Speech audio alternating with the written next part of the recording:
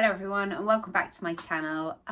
So this today is the second video from the same charity but the different warehouse. They're both, as you know from the past, they're both my favourite warehouses. They're large areas and they have some really good deals on, and they also bring out a lot of different stuff.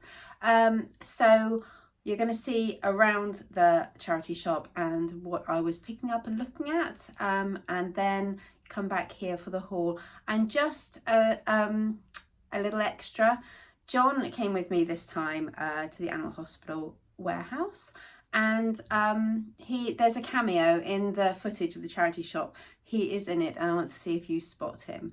Yeah, that's it. So enjoy the video and I'll see you back here afterwards for the haul.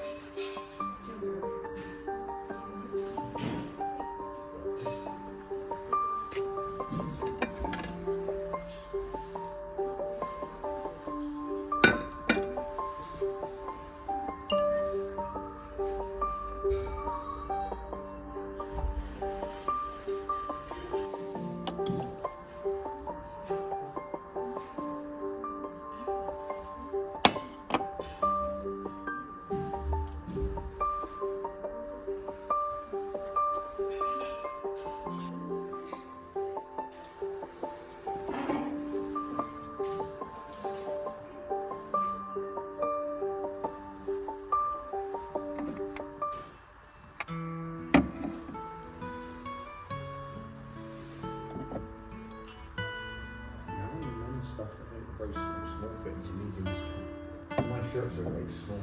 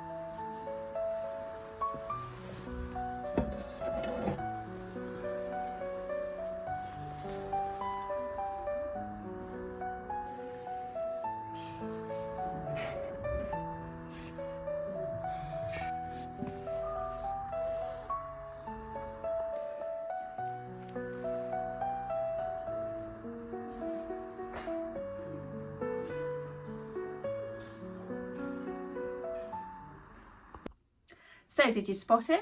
Did you see him? It just made me laugh, and yeah, he just said, oh, can I be in your video? So I put him in. just as a cameo role. You never know, you might get to see a bit more of him.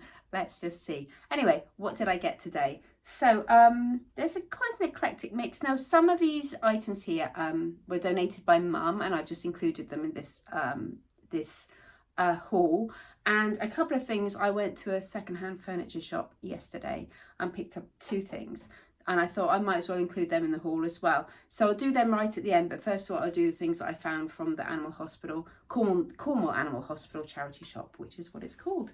So we'll start off with these. These were $1.99 for the pair. Now they were, as you can see, they are, I think they're ceramic. I don't know whether they're painted. They did have some sticky stuff on them. So I used a little bit of acetone and kind of distressed them a bit. So, and took off the sticky stuff. But I thought they were really nice, lovely colour, I thought. So I might save those to autumn and add them into my autumn box. What do you think? I mean, they're not really summery unless, of course, you've got a little bit of darkness and moodiness in your decor. So those were quite good, and they are ceramic, so they're nice and lightweight. The next thing I picked up was this. This is already listed on my platforms. So it's a lovely wood-toned bowl. I think it might be oak from the shade, the tone of it, and it's got a wonderful hand-carved lid. Possibly from Poland, possibly 1970s, 1980s. Now I need to move things around here because there's quite a lot on here and there's some really big things. Okay, so the next, I wonder who will remember these. So who remembers these Venetian style masks that used to hang on the wall in the 80s, and then I think it was more 90s, wasn't it? So anyway, we've got a brass one here, and this one is a ceramic. They're both hand painted, and they both got ribbon on them, so you use the ribbon as the hook, and then they have the ribbon coming out either side. They're both exactly the same, just in different sizes. So I'm selling them as a pair, as a mismatched pair, for anybody who collects Venetian style masks. That's the next one. Then of course belts, as always. I always pick up belts. I was just checking they weren't falling over. So I've got this is a handmade one. It's whip stitch. It might be machine made, but it's probably 1980s. The only bit of wear that is apparent is on the keeper. You can see a little bit of netting, which is what keeps the leather in place when they're making these belts. It's got a roller on it for on the buckle, which shows, it also indicates the age of it. So 1970s, 1980s, and the leather is super soft, and it's like double-sided, so it's on the back and the front, it's the same, but it's so soft. You can see the shine on it, and it's the softest leather that I've ever felt. It's lovely. It goes all the way along to the end, and then you've got the square edge at that end. So, you know, I've been really lucky with vintage belts the last couple of weeks. The Mexican hand tool belt that I found, that sold really quickly. That was last week. And then I've got another belt here. This is 1970s, again handmade. You can tell by the buckle, so you can see the hand stitched leather around the buckle, again in the same multi-tones that it's got actually in the belt itself. Very boho, isn't it? I mean, look at that. That's all hand plaited. It's quite an intricate design as well. And on the back you can see it's quite tufty. That's like the suede kind of side of the leather. And then on the end it's got a little leather tongue on the end there as well. So the buckle indicates this is probably 70s, because it's a wrapped buckle, and it's wrapped in leather. It's not a metal, well, it is a metal buckle, but it's covered in leather. And then it's got the little keeper there as well. There's no marks to say what age it is, but I'm kind of putting that at 1970s, 1980s, just because of the design and because of the buckle mainly, and the fact that it's covered in leather. Okay, so those are both handmade leather belts. I've been lucky. I've had 3 handmade leather belts in the last week, which is amazing, and that never happens, and from 2 different shops as well, although they are the same charity but in 2 different areas. The next is this beauty. Now it's amber glass. It's got that lovely, some people call it the starburst design, some people call it the sunray design on the bottom, as you can see there. It's very Art Deco. I think it probably is Art Deco depression glass, with quite an angular spout, as you can see there, and the handle is very geometric. and the detailing on it is lovely, and it just brings out the most amazing colours. This beautiful warm amber, and then it's got like this little kind of three-pronged design at the bottom of each of those. Now unfortunately I didn't see there is a chip, but then it's on the base, it's on the foot. I don't know whether you can see it right here. I mean, I'll try and get my jumper out of the way so you can see the light. So it's actually just here, just there. So it doesn't affect the stability of this lovely piece. It's a relatively large chip, but it hasn't gone all the way through. So it's like a layer of glass has come off. There, you can kind of see that in the light. So I didn't notice that till I got home, and then I thought, oh, should I actually list it? And I thought, you know what, I'm going to list it, and I just listed it for cheaper because it's such a beautiful piece. I wouldn't want to throw it away because it's just lovely, but I don't want to keep it myself. I don't have the room in this tiny little cottage. It's also got a scallop design around here as well, this kind of lovely kind of square edge design, as you can see, and then that's down the middle. But yeah, so it's just got this chip, but I don't think the chip is something, it's not sharp. I don't think it's something that would affect somebody if they loved it. I think they'd buy it anyway with the chip because, you know, I mean, it's 1930s, 1940s design, so it's got to have a little bit of wear and tear, hasn't it, right? So I decided I was going to keep that anyway, and I wasn't going to put it in the recycling box. Okay, the next I picked up is this. Now I just thought, I didn't really know what it was, so I thought it came this way up. This is how it was displayed. As you can see in here, this is kind of stuck in, this is resin. Apparently the French designer who makes this calls it illusion water, so that there's a label on it and it's Emilio Robber. Apparently he does this, this is his thing, and he's known for this. This is 1990s to 2000s. And as you can see, the fruit inside, it's whole and it's held in resin, and the blossom and the leaves in this resin, and then a little tea light goes on the top. So obviously you can imagine when the tea light is lit, how much it glows through this resin, which is kind of, it's almost like a, I think it's a clear resin. It's slightly amber, I think the resin is, but I just thought that's just so pretty with, and just really unusual. And you know, I pick up unusual. I just thought that was just unusual, but I didn't even think that it was anything like design or anything, but it is French, so this does, its origin is in France. So yeah, so that was, I haven't told you any prices, have I? So the amber glass was £3. What else have I showed you? The two belts were £2 each. And the two little Venetian masks, they were £1.50 each. And the hand-carved wood bowl, I think that was £2 as well. Because they take ages to go, wood bowls in the charity shops, they tend to price them quite low. And this one was only £1. So I was always going to pick that up, and I didn't know anything about it at the time, but I think if it's unusual, I tend to pick it up because chances are you found something, and I just thought it was quite nice. Now the last of the haul from the charity shop, this is a little heartbreaking. If you follow me on Facebook or Instagram, you'll already know about this. So when I viewed this, I picked it up by the handle, as you would. So look at that. It is another kind of 1950s, I think it's Sowerby glass, I have a feeling. I might be wrong because I have listed this and the amber glass, and sometimes I get muddled up between the two. They're a similar era. This also has the sunray or starburst design on the base. And then it has this beautiful scalloped edge. There's a little air gap there, obviously because it's for butter or cheese, so to make it not airtight. And then in the lid, it's got this wonderful starburst again.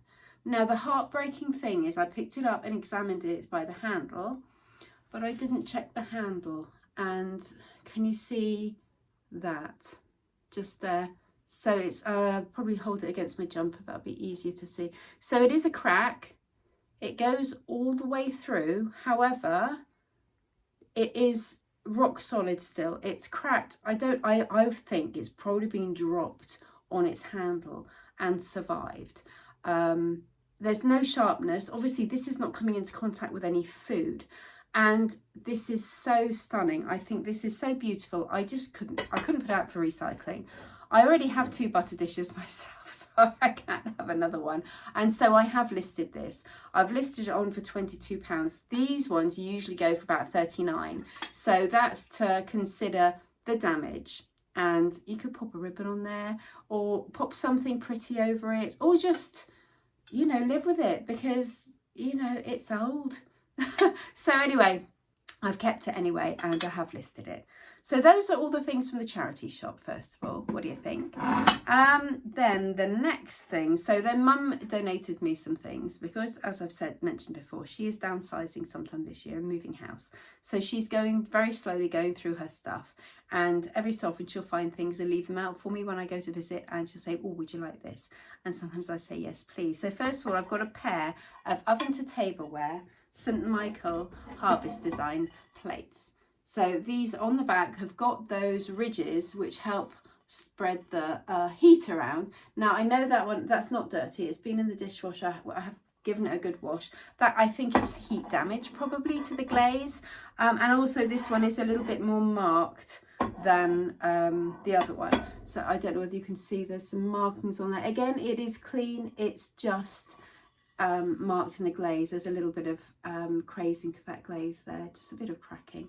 But still, if anybody has got a collection, they want to, you know, if they've got a couple that they've broken, then yeah, so these are, there's just a pair of them, and there's St. Michael ones, oven to tableware, so they are stoneware.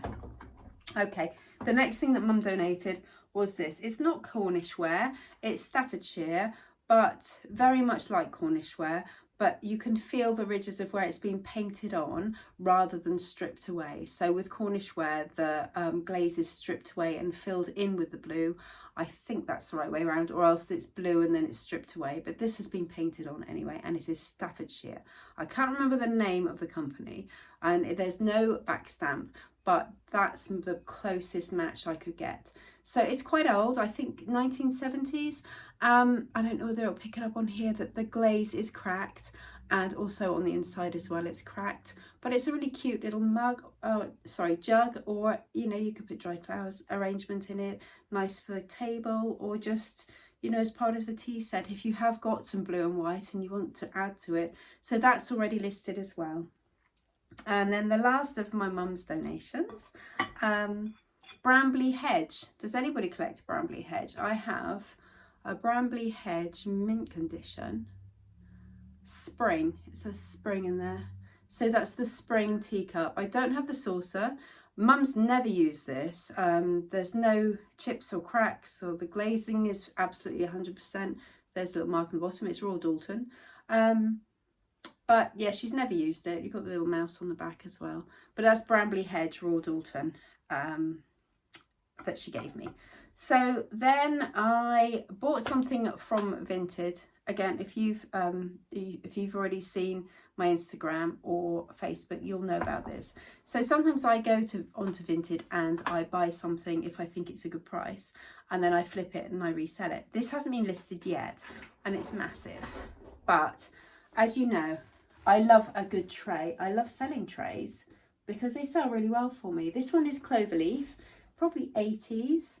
As you can see, it's got a lovely floral pattern on it with ivy. I think some bramble leaves there as well, nasturtiums possibly, and marigolds. I want to say they're marigolds. Anyway, so this I do believe I'm going to save until August and put it on for part of my autumn box. I don't think I'm going to list it yet. But so that was £4. That cost me £4. Did I say how much the butter dish cost me? £1.50. And then I went to a second-hand furniture place and I picked up a couple of things. Obviously, second-hand furniture places or second-hand collectors, they will sell more like reseller prices rather than charity shops and tip shops and things like that. So I bought this first of all. So it's a little brass tortoise. It's very cute, and it's a little trinket dish. Cost me £5.50, but I just thought that was really cute. There's a little face there. So that's one thing I picked up from the secondhand furniture place. And the other one was this pair, slightly mismatched pair of candlesticks. So this one's slightly smaller, this one's slightly bigger, but they are the same. They've got little three-legged little tripod kind of cut glass tapered candlesticks. The candle gap in this one is wider than this one. This one is for like a tapered candle, and this was for a slightly wider one. So I bought those as well. So the brass tortoise, like I said, was £5.50, and this was £4.50 for the pair. And that's it. So what do you think? Have you seen anything that you really like? Was there anything that you wouldn't have picked up? Would you have picked up the broken items if you are a reseller and you're watching on here? Would you have picked up the broken items, or would you have thought no? I mean, as it happens, I mean, I didn't notice the breaks until I got home, but would you sell them, or would you put them out for the recycling, or would you keep them for yourself? That's it. So thanks very much for watching. As always, I really appreciate your support. I love reading your comments. Some of them really make me chuckle. I love the fact that some of the things that I find give you proper nostalgic moments when you think back to when you remember them from your childhood, especially if you're kind of my age, because a lot of this stuff is 70s and I'm a child of the 70s. So yeah, I really hope you enjoyed this video. If you did, please give it a like. Please comment, because I love reading your comments. If you hit the bell, you'll get notifications every time I post a new video. And also you can subscribe. It doesn't cost anything, but if you click on subscribe, then you're always following my journey, and I can update on the community part as well, so you see my posts. Other than that, I've got the 24th of April, so later on this month, I will have some news for you about how my business is moving forward. So please do carry on if you're interested in this journey, because it's a big change if it's going to happen. Something is going to happen in May anyway, irrespective of the outcome of the 24th.